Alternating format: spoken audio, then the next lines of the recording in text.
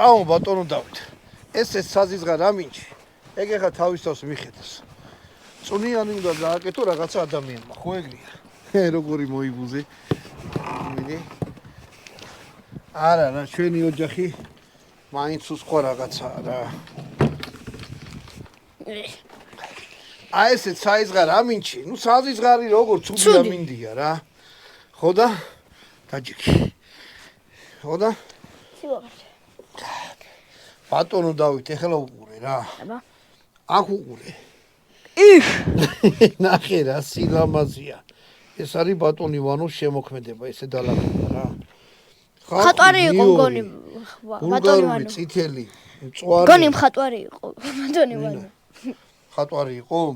არა, მხატვარი არ იყო, შემოქმედი იყო. აი ეს. აი შეიძლება პირდაპირ მიერთვათ, მაგრამ ეს არის ვიტამინების ბუდე რა. და